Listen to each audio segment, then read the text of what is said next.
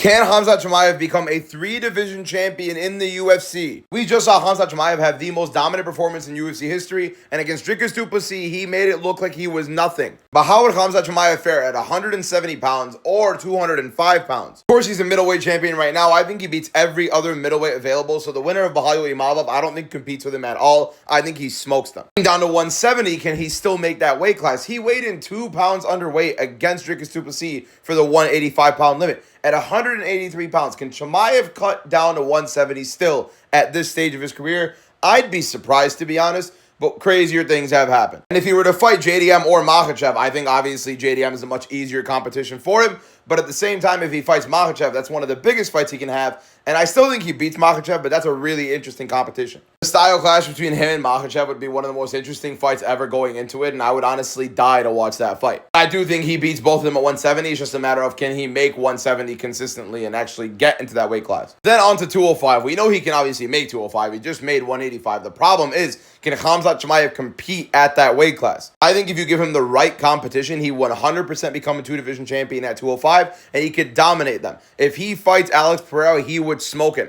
Ankalaev, not as easy. And also the big issue for Chimaev at 205 pounds is the fact that he's going to be going up 20 pounds to fight guys who he's probably not going to be having the size advantage against. It'd be a lot more physically demanding at 205 pounds for him to grapple the way he does at 185 at 170 when he did. I'm not entirely certain he could do it to be the best and beat Ankalaev, but if it was like Alex Pereira, it's a complete wash. I'd still pick him to beat Ankalaev. It's just way harder than it looks.